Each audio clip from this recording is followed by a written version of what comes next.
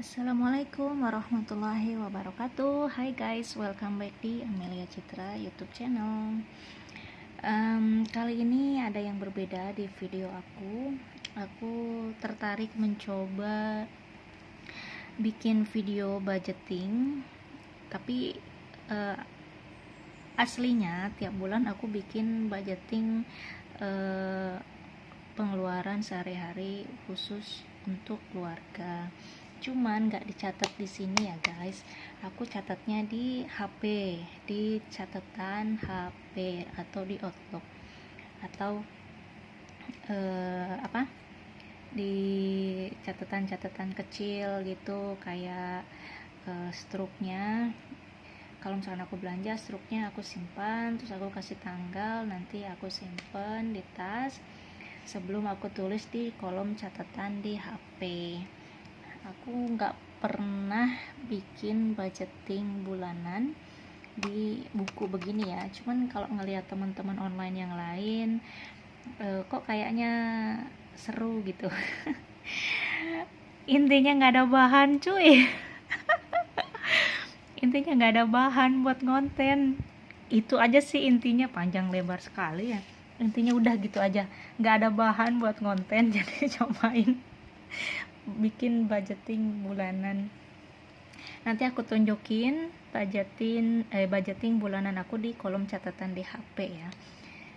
Oke, mulai dari budgeting November 2023, ini gaji suami ya, belum termasuk gaji aku. Gaji aku lain lagi, nggak ada beranak gini ya. Kalau gaji aku nggak beranak begini. Kalau gaji suami dia beranak, tapi kalau gajiku dia nggak beranak. Nanti ya kita share budgeting gaji suami dulu. Oke, ini pengeluaran wajib yang harus kami bayar. Wajib, jadi aku anggap ini utang ya, meskipun nggak ada utang sih, cuman ini aku anggap utang. Karena kalau misalkan aku anggap utang itu jadi harus bener-bener harus dibayar, wajib gitu. Kita mulai dari tabungan berjangka BCA. Aku ini selalunya nabung ya guys tiap bulan di Bank BCA, karena payroll suami dan aku itu di BCA. Jadi aku bikin tabungan berjangka selama 2 tahun gitu guys. Jadi tabungan berjangka itu kayak deposito, tabungan yang tidak bisa diambil. Bunganya itu kalau untuk yang 2 tahun 1% berapa gitu. Nominalnya sebesar ini. Jadi tiap bulan gaji suami kita nabung berjangka di BCA senilai ini.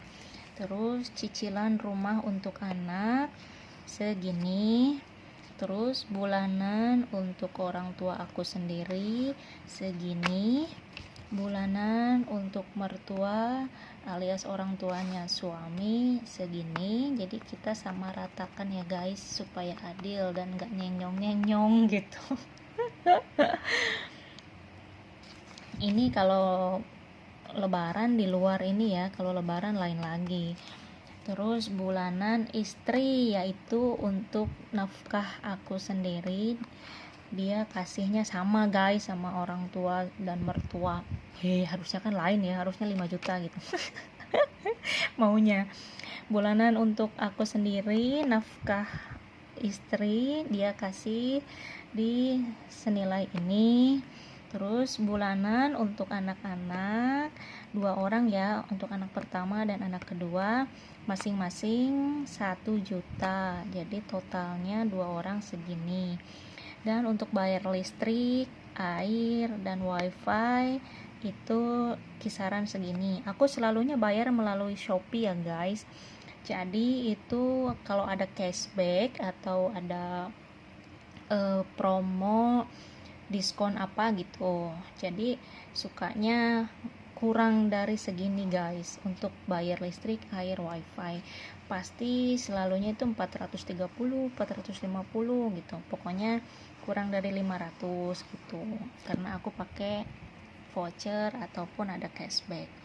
Terus bulanan sembako pokok itu kayak beras, kayak telur, susu anak-anak, kopi suami. Terus untuk aku misalkan kalau aku nyetoknya di coklat, energen sama Milo ya guys, karena Milo itu ternyata pendukung Israel, jadi aku alihkan ke susu ultra.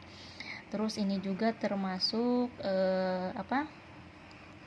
kayak makanan-makanan kering yang bisa untuk tahan sebulan ya guys. Ini masuknya ke bulanan sembako pokok. Minyak, sabun yang kayak gitu masuknya ke sini ya guys. Nah, ini totalnya. Jadi ini pengeluaran wajib tiap bulan yang kami keluarkan. Totalnya segini ya guys. Terus dan ini pengeluaran sehari-hari. Kalau aku nih ya guys, aku ngambil simple aja karena aku juga repot riweuh. Jadi aku simpelin aja untuk pengeluaran sehari-hari selama 1 bulan itu 150.000. Jadi 150.000 per hari dikali 30 hari sama dengan totalnya segini ya guys. Ini untuk makan kami. Jadi 150.000 itu harus dapat 4 sehat 5 sempurna, atau kalau enggak sempat masak itu beli. Ini sudah termasuk buah-buahan ya guys. 150.000 ini itu harus sudah beli buah-buahan, tidak boleh tidak. Jadi totalnya segini ya guys, pengeluaran makan, minum sehari-hari kita selama sebulan. Dan ini ada lagi pengeluaran di luar makan. Pengeluaran di luar makan itu kayak misalkan ada motor, bensin, misalkan rantai motornya copot atau gimana gitu, atau misalkan ada biaya anak-anak, misalkan motokopi apa gitu, tapi jarang sih, cuman aku jatahin aja tiap bulan 300.000.